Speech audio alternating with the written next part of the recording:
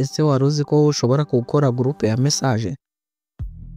Nibyo wabyumvise neza, nka kuriya kuri WhatsApp ukora groupe y'abantu mukazajya muvugana kuri WhatsApp no kuri message byakunda. Rero nkurikira nkwereka uburyo ushobora kubikora muri telefone yawe, akantu ku kandi, intambwe ku yindi, byoroshye kandi ukoresheje telefone yawe gusa. Rero nimba uri mushya hano ngaha cyangwa ari gukigera kuri ino channel, twiyunga ukanda subscribe, nawe utari wayikanda wikande, ufungure n'inzogera kugira ngo tujye tubana muri video nyinshi tugenda tubagezaho umunsi ku wundi. Like yo nizero ko wamaze kuyikanda, igitekerezo cyangwa ikibazo ufite umanuka ugishyira muri comment. Reka nanjye nze nkwereka uburyo tugiye kubikora akantu ku kandi kuri telefone yawe bitakugoye.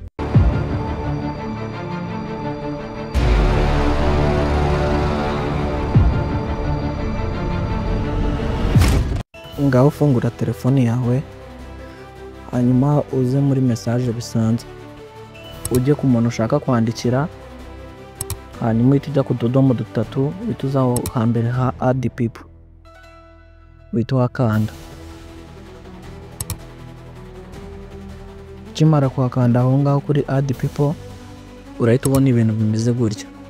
Hano ngaha ushobora gusacinga umuntu cyangwa ukamwongeramo bisanzwe nyine, ukareba muri nimero ze, ukareba abantu ushaka kuadingamo muri ako kantu wakoze kameze nka groupe. Uhitamo abantu bose ushaka, hanyuma ukabohereza message icyarimwe mukaganira ndetse bimeze neza cyane. Rero akankubwira ikintu hano ngaho, iyo washyizemo izi nimero, ibi bintu byagufasha nko mu gihe ufite amayinite makeya. Hari ukuntu ufite amayinite makeya kandi ugashaka kohereza abantu benshi message, ibi bintu byagufasha. Waza ukabikora gutya, hagenda message imwe gusa, nko kundi kuri WhatsApp wohereza message imwe ikagerera ku bantu bose icyarimwe, bitagombye ngo bose ugenda ubohereza umwe kuri umwe. Ibi bintu byagufasha. Hanyuma ikimara kubashyiramo bahita gusaba ngo group name, izina rya groupe. Hano ngaha uhita wandikamo izina nyine ushaka kwita groupe yanyu. Njyewe nayise friendship. Iyo bisoje uhita ukanda done, ikaba iri savinze.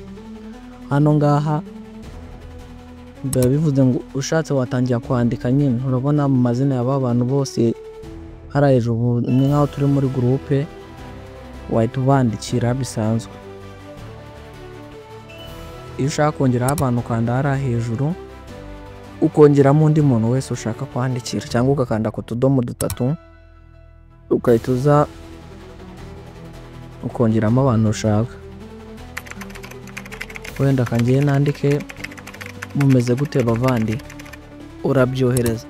Bivuze ngo ino message uba wohereje igerera ku bantu bose icyarimwe cyane, 100%, akantu ku kandi nkuko kuri WhatsApp bigenda. Hanyuma guys, nimba ino video igufashije, ibisharinga n'inshuti zawe ejo zibashe kubimenya ku bintu bijyanye n'ikoranabuhanga kuri telefone n'ibindi tugenda tubagezaho umunsi ku wundi. Like yo nizere ko wamaze kuyikanda, igitekerezo cyangwa ikibazo ufite umanuka ugishyira muri comment, ndetse nimba ushaka ko twanagukora indi video bitubwire tuzayigukorereho mu kiganiro cyacu gikurikira cyangwa se muri video yacu ikurikira. Iyo ushatse kureba ibindi bikubiye muri group, ukanda ku tudomo dutatu ukahita ujya kuri group detail. Hano ngaha ku gakaramu ushobora guhindura izina rya groupe, hari kuri video ushobora kuhamagara kuri video call n'ibindi. Jye mwari muri kumwe nyita Optic, duhure mu yindi video ikurikira. Hasta luego.